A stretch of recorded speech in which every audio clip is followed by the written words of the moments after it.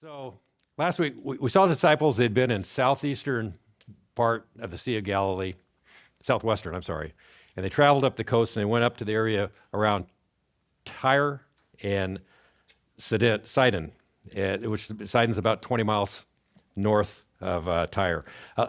I was interested in this. I just thought it was interesting. I thought you might like it too. It doesn't necessarily teach you anything else, but the history of Tyre. You've heard that name before, the city of Tyre. Heard it way back in the time of David.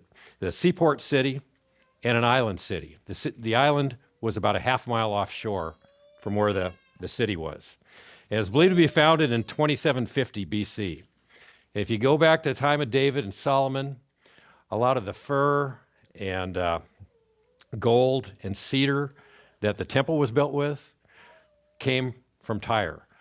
David had an agreement with Hiram, who was the king there, in order to get all this gold and wood to build the temple. So it's got a history there. And then Hiram's daughter was Jezebel, and she married King Ahab, and you remember the story of Jezebel. So it got some history there. Nebuchadnezzar II besieged Tyre for 13 years from 586 to 573 BC.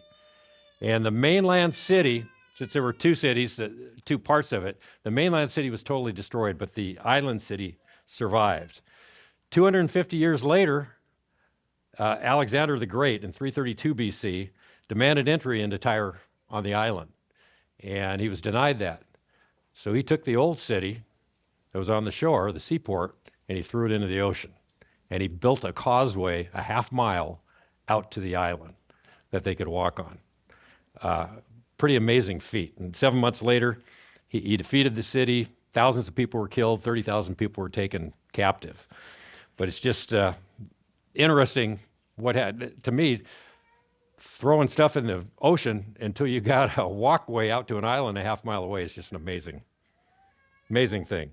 So today, that area is part of Lebanon. In fact, Sidon is about 20 miles, Sidon itself is about 20 miles south of the city of Beirut today. And if you've been watching the news, there's a lot of stuff going on in that part of the world right now. So this is the only time we have a record of Jesus traveling to this part of the world. And he's going to teach his disciples something. He started it last week with the South Phoenician woman, and he's going to continue to teach the disciples something that seems foreign to them. Now, Jews were raised to believe that they're the chosen people and they're the only ones.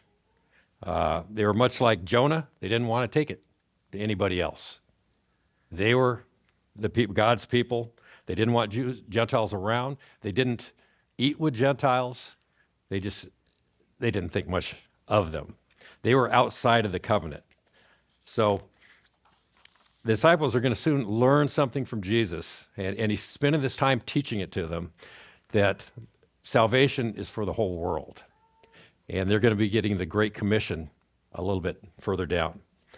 So they leave Tyre and Sidon, and they circle around, and this is along the coast. Let's see if I'm looking at it this way. This is along the coast, and they go up, and they go north of that, and they go across to the east, and they come back down around, and they're on the other side of the lake now, the Sea of Galilee at this southern part. This is about a 120-mile journey, so this took some time. This wasn't an overnight trip. This took quite a bit of time for them to do that. And obviously, Jesus is teaching them along the way. We don't have any record of what happened during that time after he left Tyre, but he's obviously teaching them during this time. And they ended up in the Decapolis, which is 10 different Gentile cities that are full of idolatry. And this is where this story is going to take place. As we saw with its feeding of the 5,000, there's a large crowd that starts to gather around Jesus.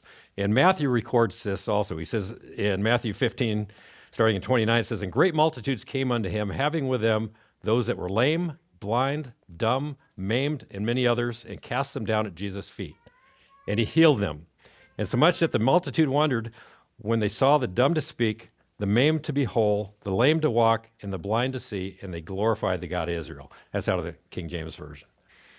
He even healed the maimed. So somebody has been in an accident, they've lost an arm, they were healed. So you can imagine this is traveling pretty quickly around the area, and the crowd is getting larger and larger. Matthew 15:38 says the crowd was approximately 4,000 men plus women and children. So we're talking 10 to 15,000 people there. It is a good-sized crowd. And these Gentile people are amazed at what they see, and they're praising the God of Israel, which is interesting because they're idol worshipers, but they're praising the God of Israel. Now, Mark goes and Matthew looked at the whole, and he covers all these people that were healed of all sorts of different things. Mark looks specifically at one particular individual, and he gets very specific about it. In Mark 7:31, it says, "Then Jesus left the vicinity of Tyre and went down through Sidon, down to the Sea of Galilee, into the region of the Decapolis. There some people brought to him a man who was deaf and could hardly talk, and they begged Jesus to place his hand on him. After he took him aside away from the crowd, Jesus put his fingers in the man's ears. Then he spit and touched the man's tongue." Doesn't sound good. "He looked up to heaven and with a deep sigh said to him, 'Aphatha,' which means be opened. At this, the man's ears were opened, his tongue was loosened, and he began to speak plainly." Remember that. Jesus commanded them not to tell anyone, but the more he did so, the more they kept talking about it. People were overwhelmed with amazement. He'd done everything well, they said. He even makes the deaf hear and the mute speak. So this healing of the deaf man, Mark is recording, we believe, what he's been told by Peter. And Peter evidently thought this was interesting enough to tell Mark, and Mark, it really must have stuck with him somehow. This man had a speech impediment. The Greek word is lalos. It means a severe difficulty in speaking. If you've ever been around a deaf person who's never heard, you notice there's a difference in their speech because they've never heard words pronounced correctly, and they have difficulty saying it very clearly. This man had more than that. He had a speech impediment that was worse than that. That is what the word mogalelos conveys. He was extremely hard to understand. So his friends begged Jesus to put his hands on him. They didn't ask him to be healed. They just wanted him to touch him. And I'm sure it's because they've been watching man after man after man come up there and get healed. People from all over with all sorts of problems. They knew they didn't have to ask that. All he had to do was touch him, and he'd be healed. So Jesus takes this man, he takes him away from the crowd. Thousands of people, he gets him away by himself, and he gets very personal with the man. Puts his fingers in his ears, and then he pulls them out. And he spits on his hand and touches it to his tongue, and then he looks up to heaven. Why? I first read this, why would he do that? Well, you think about it, how do we communicate today with deaf people? Use sign language. And that's what he was doing. This guy couldn't hear what he was going to say, so he's using sign language to talk to him. He puts his fingers in the man's ears and removes them. He's going to remove the impediment to his hearing. He spits on his hand, touches his tongue. He's going to loosen his tongue. And he looks up to heaven and says, this isn't magic. This is from God. You're going to be healed here. So Jesus then sighs. And maybe the sigh was his compassion for the man. Maybe it was appeal to the Father. He groaned inwardly is what it means. And he said, be opened. And immediately he could hear and he could speak plainly. This miracle is more than just the miracle of him being able to hear and speak. Modern medicine today, we'll use vision as an example. People have been blind since birth. They're blind for 40 years. And now you got modern medicine that's able to correct their vision. There's something that was blocking it. They go in, they do surgery, and they can see. And you think that'd be a wonderful thing. All of a sudden, they can see. They don't have any more problems with that. It's not that simple. When they start to see, they see color, they see movement, but they don't know what it is. They haven't learned how to see with their vision. If you're blind, your sense of touch, your sense of hearing gets improved because your body adapts to it. But if you've never seen, you have to learn to see. Babies have to learn to see. It's just a mess. In fact, it's so difficult for them to learn to see, and it takes so much time that a lot of blind people that have been given their sight give up on trying to see. So he was able to hear immediately. He was able to speak clearly immediately. And that's just a whole nother part of the miracle there. I think about my grandkids as they're growing up, and the younger ones, they're talking baby talk. It takes a while for them to learn how to pronounce words correctly. And so here we got him. He can hear, he can talk. And I wonder what his first words were. What do you think the first words out of his mouth were? I'm thinking, thank you. He's got to look at Jesus and go, wow, and thank him. Mark records that the crowd was astonished beyond measure. Some of these people probably knew this man. They tried to talk to him. They'd never been able to understand him. And now they're being able to listen to him speak plainly. So Jesus tells everyone, don't say anything about this. Keep this to yourselves. Well, that wasn't going to happen. When you see a miracle, that's something that's hard not to talk about. You're going to tell everybody you know what you saw. All these people being healed, the crowd just continued to grow. People came from far and wide, and they're praising the God of Israel. Now, these miracles were an important part of fulfillment of prophecy, too. Isaiah 35, 5-6 says, "And the eyes of the blind shall be opened, the ears of the deaf unstopped, and shall the lame man leap like a deer, and the tongue of the mute sing." So what do we learn from this part? Jesus cares about individual suffering. He took this one man and talked to him on a very personal level. He had compassion for him. God has compassion for us. And the first physical miracle points to a spiritual truth. Many have, and he's going to address this with the disciples in just the next few verses, but he says, many have ears but do not hear.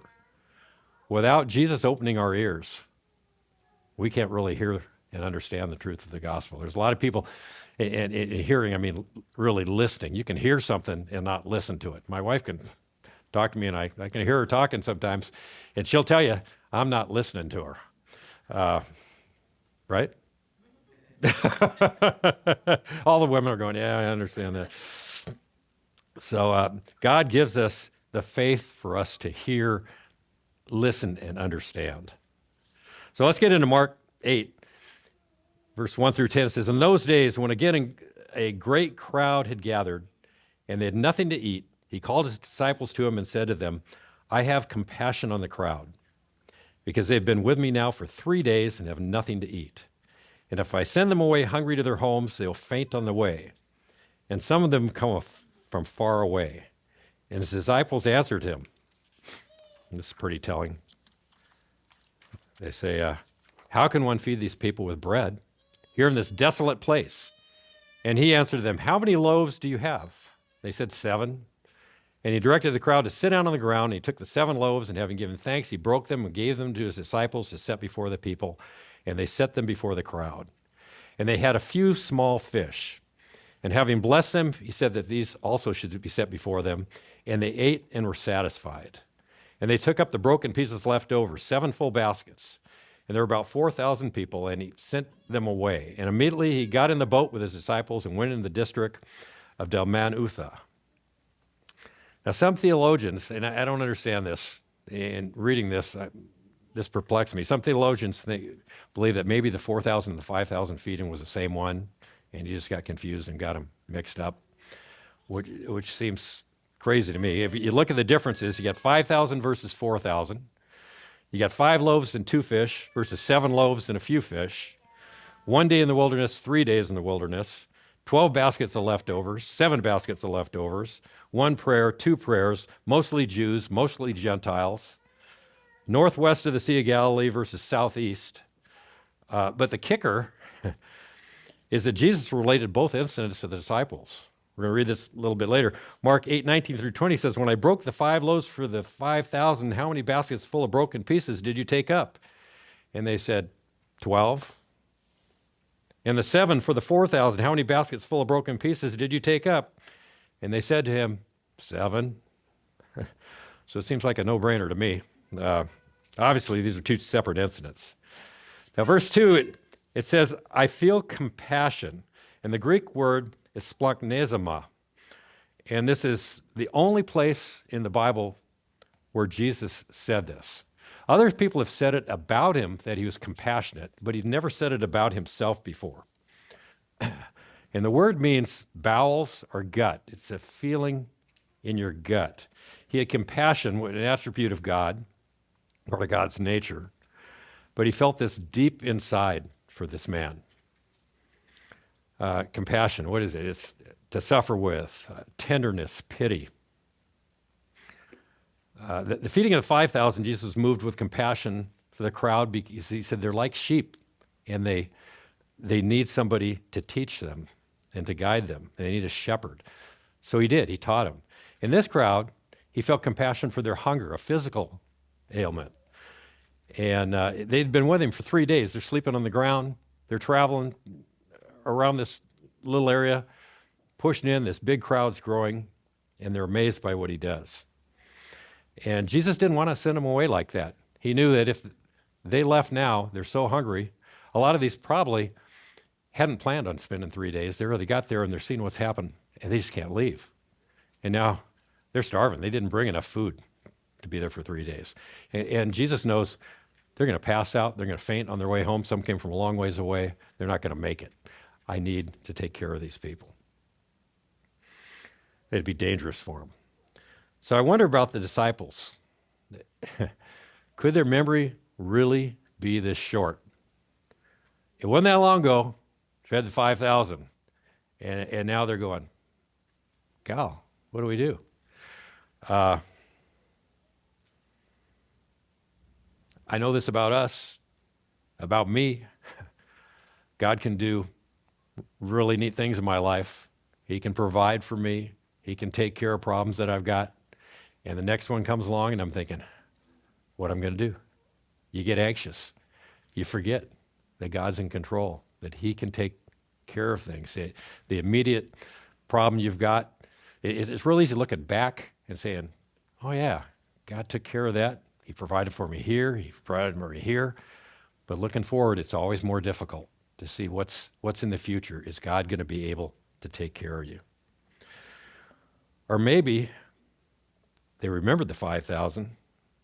They knew they couldn't do it. We'll give it to Jesus. Let him do it. But I think the real question might have been in their minds, is he willing to do it? These are Gentile people. They had been taught, Gentiles, they're not part of us. They're not part of the group. Would Jesus want non-Jewish people to be included? And you think, okay, you've just watched him heal a whole bunch of Gentiles. Why wouldn't you understand that? So Jesus, in the process of teaching them that the Gentiles are part of who he came for. It's not just the Jews. So he asks them what they have, and he takes that, he blesses it, and he gives it to the crowd. John 1:1 says, in the beginning was the Word, and the Word was with God, and the Word was God. He was in the beginning with God. All things were made through him, and without him was not anything that was made. This isn't the first time Jesus is created. He created everything. He created time, so he created everything from the beginning of time. So this isn't new to him. So I want you to use your imagination a little bit now.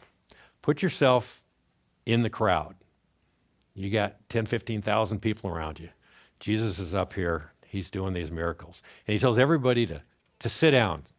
So you sit down on the ground. You're sitting in a group there. And you see that he's got 7 loaves, which are probably much like the flat cracker things that we use sometimes for communion. And he's got a few fish. And those fish, if you've ever watched Wicked Tuna, they weren't yellowtail. These are probably sardines. They were very small little fish. And so you're intently watching Jesus. And you see him, and he's taking these fish, and he's taking this bread, and he's handing it to his disciples, and they're taking it. They're probably putting it in baskets, and they're taking it out to the crowd. It's a big crowd. It's going to take a while. And it just keeps multiplying and keeps multiplying and keeps multiplying. And it's just more and more food. John MacArthur points out, he says, he's creating dead fish that are okay for consumption. That's pretty interesting. These aren't live. It's not creating fish that are alive somewhere. He's creating dead fish that are food. So he does this enough times to feed 15,000 people. A lot of food. These people were hungry. They'd been out there a while, some 3 days. And you're sitting there and you're watching this, and the food comes to you and you're thinking, this is incredible. Where have I seen this before? Maybe at the circus with a Volkswagen, a bunch of clowns coming out. It's something that just doesn't make any sense to them. And it's a ton of food. And I bet the women in here could tell you, fixing food for 1,000 people yourself would be a lot. There's 12 of them, so each one of them is probably feeding more than 1,000 people. That's a lot of work. They took up 12 full baskets at the feeding of the 5,000. And the basket, the name of it is kophinos. It's a small basket. It's like a lunch pail. So they took up 12 small little baskets at the feeding of the 5,000. At the end of the 4,000, they took up 7 baskets, but the word is different. It's spuris. It's a large hamper-type woven basket. And it's talked about other places. Acts chapter 9, it says, when many days had passed, the Jews plotted to kill him, but their plot became known to Saul. They were watching the gates day and night in order to kill him. But his disciples took him by night and let him down through an opening in the wall, lowering him in a basket. The same word, spuris. It's a large enough basket for a man to be in. So these were big baskets. And they took 7 big, huge baskets full of food that were left after the feeding of the 4,000. So what do we learn? Jesus has compassion. He had compassion on the crowd. He knows what they're going through. He knows what they're going to have to go through, and he wants to help them. We learn that salvation isn't just for the Jews. It's for everybody. It's for the world. The disciples, what did they focus on when they had to feed these people? They focused on the scarcity. They didn't have any food. What did Jesus focus on? He focused on his sufficiency. He's sufficient to take care of the people, to feed them. Verse 9 says, and immediately he got in the boat, and his disciples went to the district of Dalmanutha. Now, we don't know where this place is. They think they might have found a place along the western coast when the water was down low. It looks like there was a port in there. They think that might be it, but they're not really sure.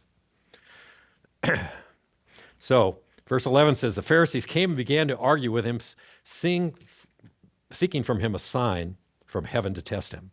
And he sighed deeply in his spirit and said, why does this generation seek a sign?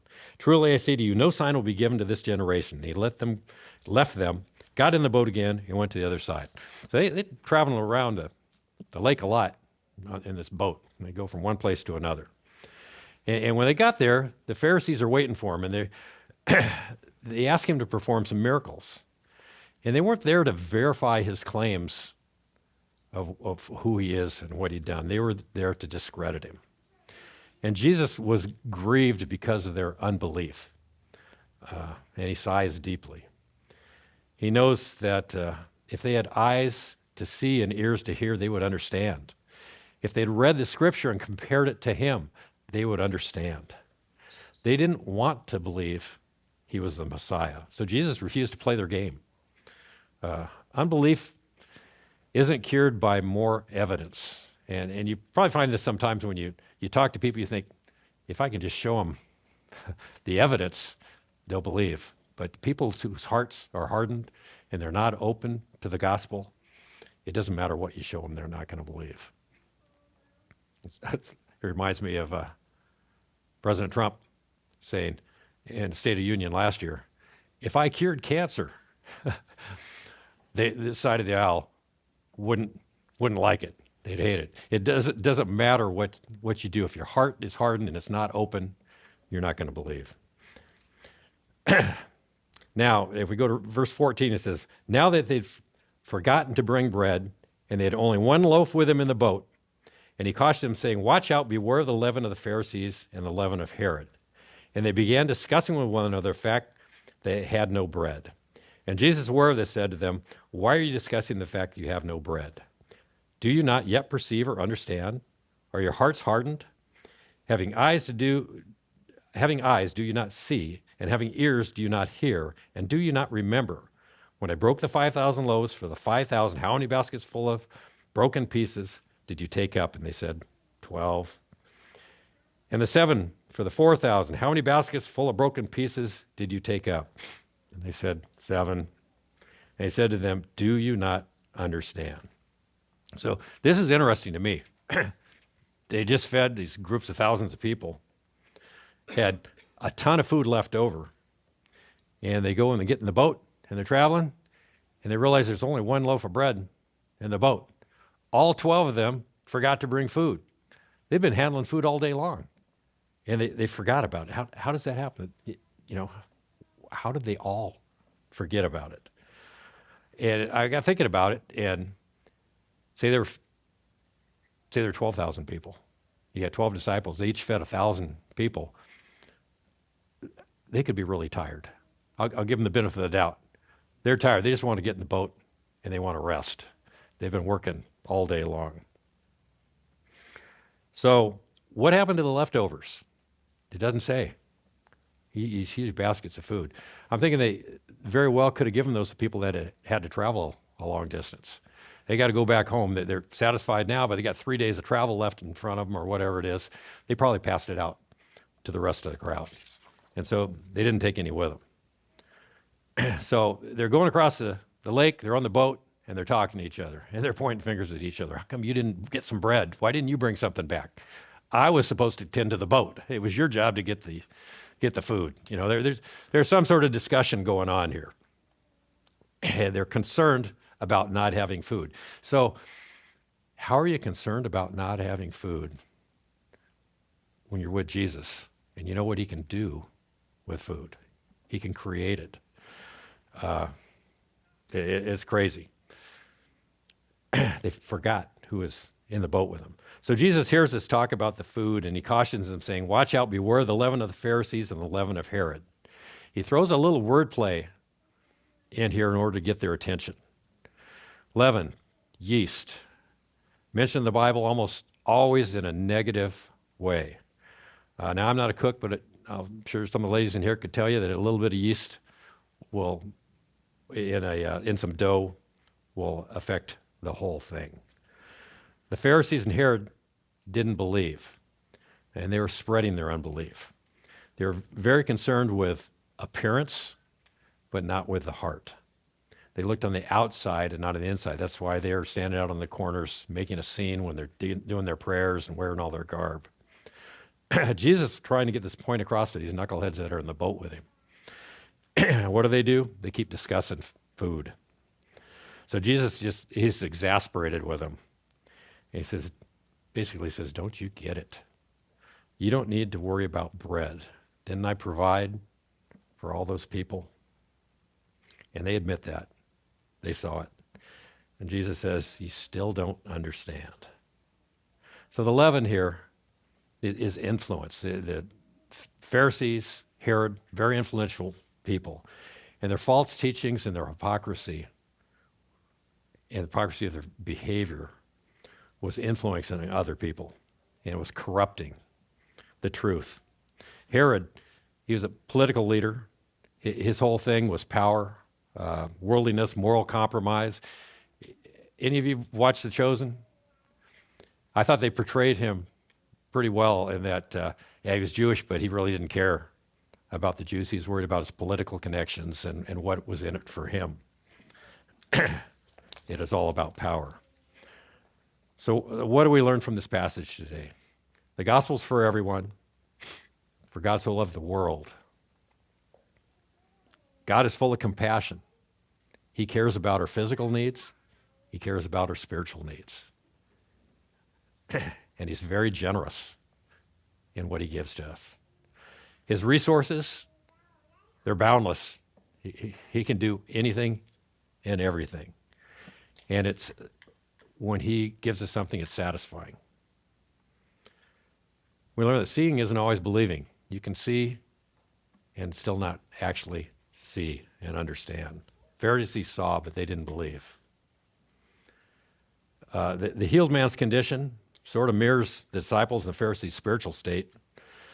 Just as a deaf man needed Jesus to open his physical ears, so they needed Jesus to open their spiritual ears and their hearts, which is the same thing that we need. The disciples had a lot to learn, and Jesus spending 3 years with them in this part of the journey, and he's teaching them. He continues to work on them. He doesn't give up, and they all finally get it. And the way you know that they got it is 11 of the 12 of them suffered terrible deaths because of their belief and their understanding in Jesus. We can be much like they were with that crowd. I know I am, more than I care to admit. I can be dense. My faith can be weak. But the one thing we know is Jesus isn't going to give up on us. And if we trust him, he's going to provide for us.